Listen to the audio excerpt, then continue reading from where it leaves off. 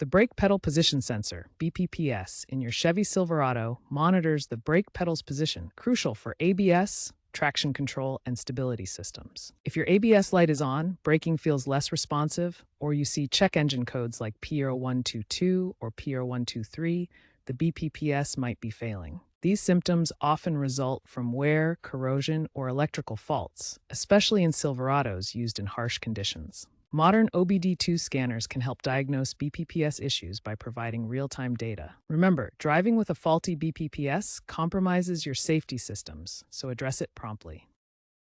Replacing the BPPS is a straightforward DIY task. First, disconnect the battery to ensure safety. The sensor is typically located on the pedal assembly near the firewall. Disconnect the electrical connector. Remove the mounting bolts, usually 2, 3, 10 millimeters. Slide out the old sensor. Install the new sensor. Secure the bolts. Reconnect the wiring. Clear any error codes with your OBD2 scanner. Finally, test the brakes thoroughly and rescan to ensure no faults remain.